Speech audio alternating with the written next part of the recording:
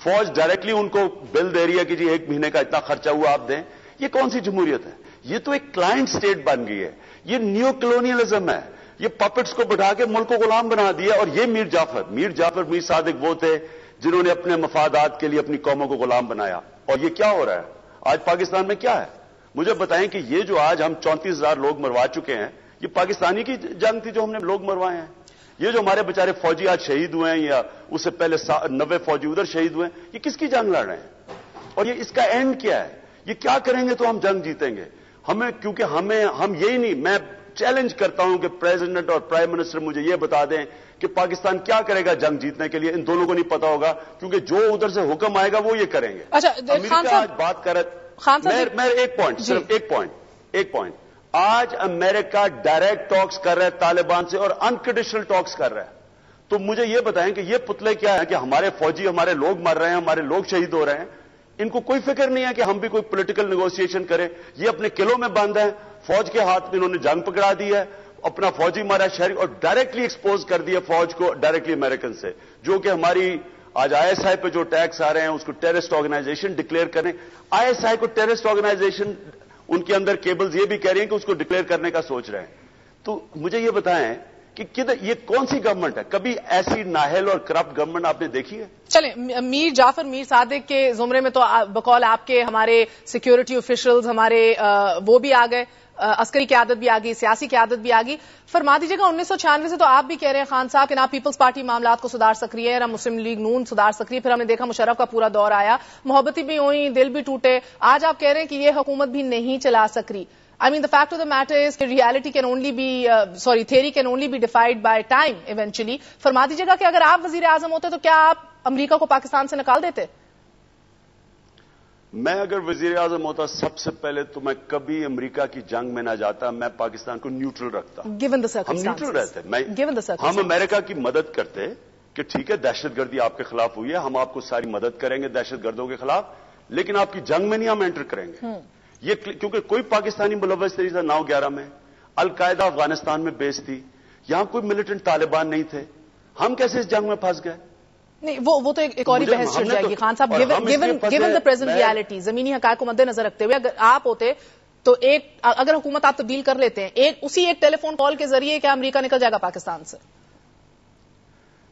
میں کبھی بھی خوف کے اوپر اپنے ملک کے فیصلے نہ کرتا. میں مشاورت کرتا. میں پاکستان کے انٹرسٹ سامنے رکھتا. اگر کوآپریٹ کرنا تھا پاکستان کے انٹرسٹ کو سامنے رکھ کے کرنا تھا. اس جنگ میں ہمیں کوآپریٹ صرف اتنا کرنا چاہیے تھا کہ پاکستانی سوئل سے ہم کوئی دہشت گردی نہیں ہونے دیں گے. میں ان کو گارنٹی کرتا کہ میں اپنے ملک سے کوئی دہشت گردی نہیں ہونے دوں گا، لیکن نہ میں امریکن ایڈ چاہوں گا، نہ میں آپ کے کوئی سولجرز، نہ میں آپ کے CIA آپریٹوز، اور نہ ہی میں اپنی فوج بھیجوں گا قبائلی علاقے میں. میں آپ کو یقین دلاتا ہوں کہ اگر ہم یہ رخ لیتے، آج ہمیں ذلت کا نہ سامنا کر رہے پڑے، آج 34,000 پاکستانی نہ مرتا. آج ہمارا خود گورنمنٹ کہہ رہی ہے $70 ارب کا نقصان ہو چکا ہے. قوم کو ہوا ہے، ان کو نہیں ہوا. ان کے بینک بیلنسز بڑھ گئے ہیں، ایڈ سے فائدہ ان کو ہو رہا ہے. قوم غریب ہوتی جا رہی ہے، بے روزگار ہے، مہنگائی ہے. آج ملک میں لوڈ شیڈنگ ہے، آج بجلی نہیں ہے، گیس نہیں ہے، فیکٹریاں بند ہیں. تو قوم کو کیا فائدہ ہوا؟ مجھے بتائیں اس ایڈ سے $20 ارب ایک بڑا انٹرسٹنگ آپ کا اس چارج شیٹ کے اندر یا کراچی ڈکلیریشن کے اندر یہ بھی پوائنٹ ہے کہ جو ہمارے آرمی کے جنرل ہیں اپنا حلف پورا کریں. تو فرما دیجیے گا کہاں کہاں کمزوری دکھا رہے ہیں ہمارے آرمی کے جنرل؟ پاکستان قائد اعظم نے جب آپ ایک قائد اعظم کی کوٹیشن پڑھیں، انہوں نے کہا تھا کہ آپ کی ڈیوٹی ہے ٹو دا کانسٹیٹیوشن، اور ایک جو بھی فوجی ہوتا ہے کسی ان لافل کمانڈ کو نہ سنے. بلکہ یہ سارے بیوروکریٹس پہ بھی ہے. یہ ان کا حلف یہ ہے کہ ان کانسٹیٹیوشنل، غیر آئینی، غیر قانونی کمانڈ کو ان کو نہیں سننا ہوتا. آج سن رہے ہیں؟ مجھے یہ بتائیں. ہاں آج ان لافل کمانڈ کو سن رہے ہیں ہمارے جنرل؟ میں یہ سمجھنا چاہتا ہوں، میں تو جب سے یہ جنگ شروع ہوئی ہے میں یہ سمجھنا چاہتا ہوں کہ کون سی فوج اپنے لوگوں پہ بمباری کرتی ہے. 14 انسرجنسیز ہندوستان میں ہو رہی ہیں، ایک جگہ انہوں نے بومبنگ نہیں کی، کیونکہ بوم کی آنکھیں نہیں ہوتی. وہ جب پھٹتا ہے وہ عورتیں، بچے، بے قصور لوگ نہیں دیکھتا. ہلری کلنٹن کو جب ہمارے صحافیوں نے کہا کہ آپ یہ ڈرون اٹیکس کر رہے ہیں، تو اس نے آگے سے آپ کو پتہ کیا جواب دیا تھا؟ اس نے 2 بڑے شرمناک ہماری قوم کے لیے جواب دیے تھے. ایک اس نے کہا تھا کہ آپ ایڈ اگر آپ نہیں لینا چاہتے تو نہ لے ایڈ، کیوں بھیک مانگ رہے ہیں؟ اور دوسرا اس نے کہا تھا کہ ہم تو ڈرون اٹیکس کرتے ہیں نا، آپ تو اپنے لوگوں پہ F-16 اور ہیلی کاپٹر گن شپ اور آرٹلری سے بامبنگ کر رہے ہیں. تو مجھے یہ بتائیں کہ یہ کوئی فوج کرتی ہے؟ یہ نہیں، آپ نے درست کیا فرما ہمیں دیا. یہ سوچنا چاہیے کہ ہم کیا کر رہے ہیں؟ یعنی کہ کیانی صاحب جب مدد مانگتے ہیں ڈرون اٹیکس کی امریکہ سے پس پردہ، آپ ان کو بھی قصوروار ٹھہرا رہے ہیں. بالکل، ان کو اپنے آپ کو کلیئر کرنا چاہیے اس چیز کے اوپر. دیکھیں نا، آپ یا تو سب سے بڑی انسان میں یا ادارے کی یا ملک کی کیا چیز ہوتی ہے؟ کریڈیبلٹی. جس دن آپ اپنی کریڈیبلٹی کھو بیٹھتے ہیں، آپ کی کوئی بات ماننے کے لیے تیار. اور یہ اسامہ انسیڈنٹ سے کیا ہوا ہے؟ آج ساری دنیا کی پریس دیکھیں، 90% ساری دنیا سمجھتی ہے کہ پاکستان انوالو تھا اس کے اندر. CIA کا جو ڈائریکٹر پناٹا، وہ کیا کہتا ہے کہ یا پاکستان ملوث تھا اور یا نااہل ہے. آپ کا کبھی دوست ایسی بات کر سکتا ہے؟ دوستی نبھا رہا ہے، ہم ایک تو دوست کہتے ہیں. یہ تو بدترین غلامی ہے. یہ تو میں آپ کو یقین دلاؤں، انگریز کی غلامی میں ایسی ذلت نہیں تھی. یہ جو آج ہو رہا ہے ہمارے سے کبھی ایسے نہیں تھا. اور میں اس لیے جنرل کیانی نے جب یہ ان کا وکی لیکس میں نام آیا، ان کے اوپر امپیریٹو ہے کلیئر کریں اپنا نام. کیونکہ یہ جب اب مجھے بتائیں ہم کیا کس کی بات مانیں؟ جتنے بھی اس ملک سے جھوٹ بولے گئے ہیں، اب یہ جو سویلین کی عادت ہے ان کی تو کوئی بات ہی نہیں مانتا. May 2 کے بعد ان کی جتنی کلا بازیاں آپ دیکھ لیں، ہمیں پتہ ہی نہیں ان کی کیا بات مانی ہے. پہلے تو 1 ہفتے کے بعد ریسپانس آیا ہے.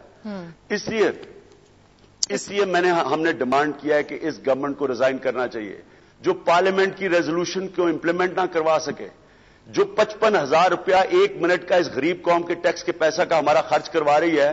جو ایک رحمان ملک نے کیسی سٹیٹمنٹ دی ہے، کہتا ہے جی یہ دھرنے کی وجہ سے، یہ دھرنے کا ٹائم نہیں ہے. امپلیکیٹ کیا کہ دھرنے کی وجہ سے یہ سیکورٹی لیپس ہو گیا.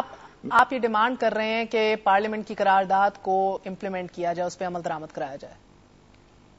تو یا نہ دیں، یہ کیا کر رہے ہیں پارلیمنٹ کے اندر؟ یا ایسی you do agree with the resolution is what I'm trying to ask you. You do agree with the resolution? Of course I agree with the resolution because resolution تو بالکل اور لوگوں کی جو آج دلوں کی بات ہے وہ resolution میں آئی ہے. لیکن resolution کے 24 گھنٹے کے بعد اس resolution کی وائلیشن 2 ڈرون اٹیکس کر دیے انہوں نے، اور انہوں نے کوئی ایمرجنسی میٹنگ نہیں بلائی، انہوں نے کچھ بھی نہیں کیا. تو اور یہ دوسری دفعہ ہوا ہے. یہ پہلی دفعہ ایک دفعہ انہوں نے 2009 میں ریزولوشن پاس کی، اس کے بعد شام کو ڈرون اٹیک ہوا، یہ دوسری دفعہ ہوا ہے. تو میں ان سے سوال پوچھتا ہوں کہ کون سی ہے یہ جمہوریت؟ کدھر ہے سوورن پارلیمنٹ؟ مجھے بتائیں کہ کدھر ہے؟ آپ نے کہا تھا کہ democracy is the best revenge, کدھر گئی ڈیموکریسی آپ کی؟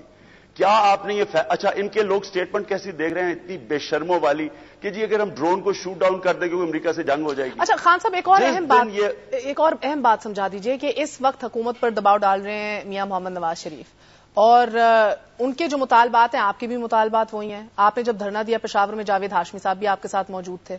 کیا آپ نے میاں صاحب کو کانٹیکٹ کرنے کی کوشش کی ہے؟ میں میاں صاحب کی کسی بات ماننے کے لیے تیار ہی نہیں ہوں. انہوں نے جو ہمارے سے کر دیا ہے، پہلے تو انہوں نے ہمیں سب کو الیکشن کا بائیکاٹ کروایا. 20 پارٹیز بیٹھی ہوئی تھی، اس میں سے کئی پارٹیز تھیں جو الیکشن لڑنا چاہتی تھی. مثلا جماعت اسلامی الیکشن لڑنا چاہتی تھی. ہماری پارٹی کے اندر ایک پورا گروپ تھا جو الیکشن لڑنا چاہتا تھا. ہم نے صرف ان کے ساتھ کھڑے ہوئے ججز کے ساتھ، اور ہم نے الیکشن کا بائیکاٹ کیا. اور وہ ساری میٹنگ نے سب سے زیادہ جو بائیکاٹ کے اوپر جا رہے تھے وہ PMLN تھا. تو قاضی حسین احمد صاحب نے ساری 20 پارٹیز کے سامنے، چودھری نثار تھے، جاوید ہاشمی تھے اور راجہ ظفر الحق، ان سے پوچھا کہ جی آپ گارنٹی دیتے ہیں کہ آپ واقعی بائیکاٹ کریں گے؟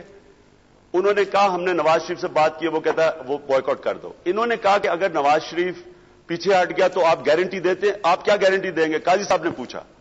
تو انہوں نے کہا کہ ہم PMLN سے ریزائن کر دیں گے، ہم پارٹی چھوڑ دیں گے. اور اس کے بعد تماشا کیا دیکھتے ہیں، نواز شریف 24 گھنٹے میں پاکستان آتے ہیں، پھر وہ بائیکاٹ کرتے ہیں، اور اس کے بعد کلا بازی کھا کے الیکشن لڑ جاتے ہیں اور ساری APDM کو بائیکاٹ کروا دیتے ہیں اور ساری موومنٹ کو بیڑاغار کر دیتے ہیں. پھر اب یہ وکی لیکس میں آ گیا کہ انہوں نے جو چیف جسٹس کی موومنٹ تھی اس کے اندر یہ انہوں نے پہلے ہی امریکنوں کو کہا ہوا تھا کہ ہم تو صرف ہماری اگر گورنمنٹ نہ جاتی تو ہم تو صرف یہ بھی سامنے آیا تھا. اچھا خان صاحب یہ بتائیے کہ آپ نے 7 دن کی ڈیڈ لائن دی ہے حکومت کو، 2 دن گزر گئے ہیں، 5 دن باقی رہ گئے ہیں. 5 دن بعد کیا ہوگا؟ ہماری کیمپین اب شروع ہے. ہم پاکستان میں اوپینین تیار کریں گے. ہم اپنے ٹائم پہ ہم بڑے بڑے اب جلسے کر رہے ہیں، وہ دھرنے علیحدہ دیں گے.